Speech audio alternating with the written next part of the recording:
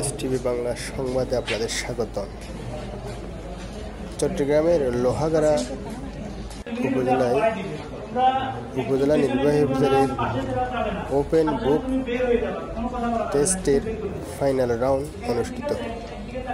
চট্টগ্রামের লোহাগাড়া উপজেলা YONO open book স্ট্যান্ডের ফাইনাল রাউন্ড সোমবার উপজেলা সদরে আলহাজ মোস্তাফিজুর রহমান কলেজ কেন্দ্রে ইউনিয়ন ভিত্তিক মেধা তালিকা স্থান পাওয়া 166 জন শিক্ষার্থীদের মধ্যে 163 জন শিক্ষার্থী ফাইনাল রাউন্ডে অংশগ্রহণ করে।